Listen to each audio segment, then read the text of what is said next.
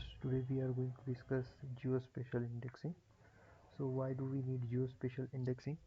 First we will discuss one scenario that how we store spatial data in the MySQL table or SQL table. So latitude and longitude will denote the exact position of that location which we are willing to find. For example, I will take latitude at 45 and longitude at 90. It will give me the records irrespective of longitude, all the records. It may be around million records. He will not care about that. And after that we will have next and condition like longitude less than 90 plus 2 and longitude greater than 90 plus 2, 90 minus 2. So what is the disadvantage of this method is that first it will search for latitude. If latitude is indexed, then the query will be fast, but it will load all the records without filtering longitude, and then there will be second condition which will filter based on longitude.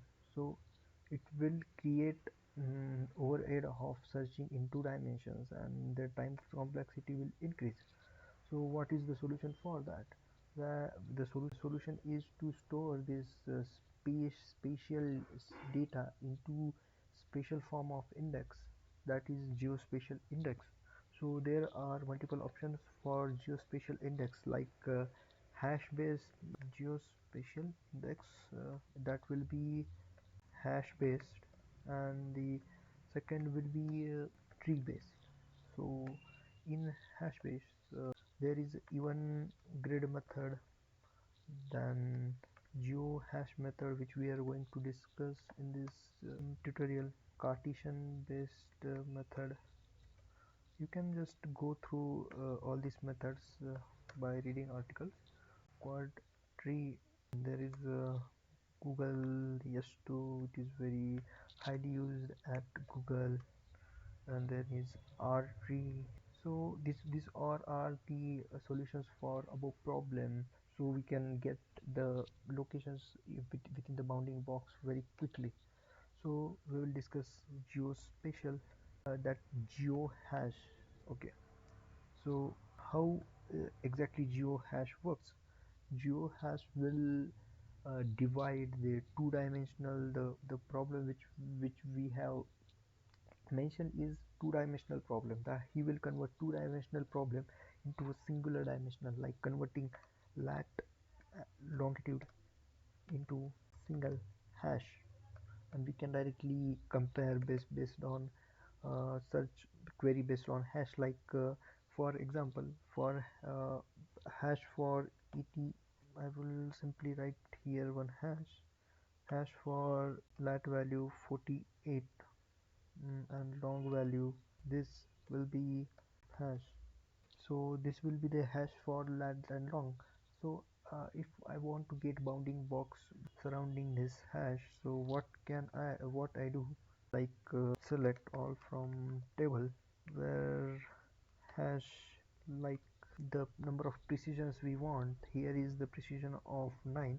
If I want to get more values or less precision, I will just add wildcard matching, so it will give us all the records matching this prefix, and this is the faster method than the method which we have defined above.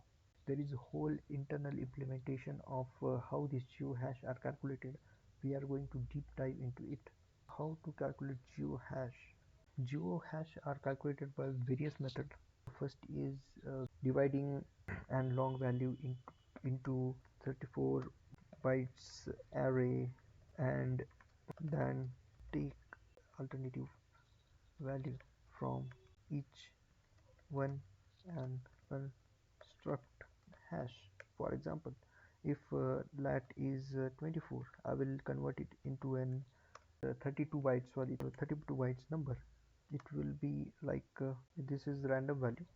If I want to long 45, then while constructing hash, I will take alternative values like 1 from lat, and then 1 from long, then 0 from lat, then 1 from long, then 1 from lat, then 0 from long.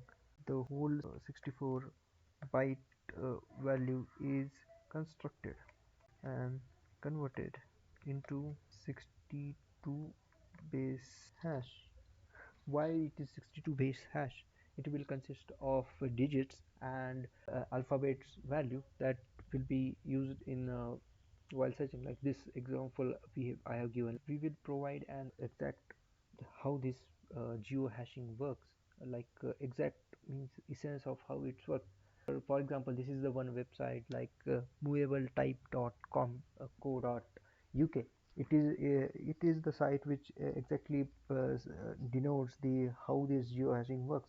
So if I'm considering 9 characters for searching, then it will get a depth up to that. If I will search based on 8 characters, it will get enlarged. Then if I will search on 7 character, it will give me a more wider result and more less resolved value. If I search for 6 character, it will give an more wide area of result, but the resolution is not that much. If I search based on 5 characters, it will give an more area. If I search on 4 characters, then it will give an more area. If I search on 3 characters, then I get to know that this is location somewhere in Europe. If I search on this, then there will be a whole G value containing a belt of locations I will get. There is also one disadvantage of this method is the edge cases. In certain case, what happens that if I search for that, then it will not include the value. If I will see at left side of 000, there will be value, but if I will see at right side of 000, the value will be like z or the value most bigger value. So it is not possible to solve this in this case. The example given by this author, you can see that there is one location like this. There is location like in France. Its value is like U000. It's just 30 kilometers from Pomerol, which is EZZ. So when you search for that, it will not give result for Pomerol. So how can we mitigate this issue? By creating a neighbors array. When I am searching for 8 characters, then I will also include the 8 directions surrounding that location. It will mitigate the edge cases of certain locations due to the like 0, like minus 180 and 80 boundary condition. This is the geohash implementation. So hope you understand for what is exactly the geohash and how the geohash is implemented.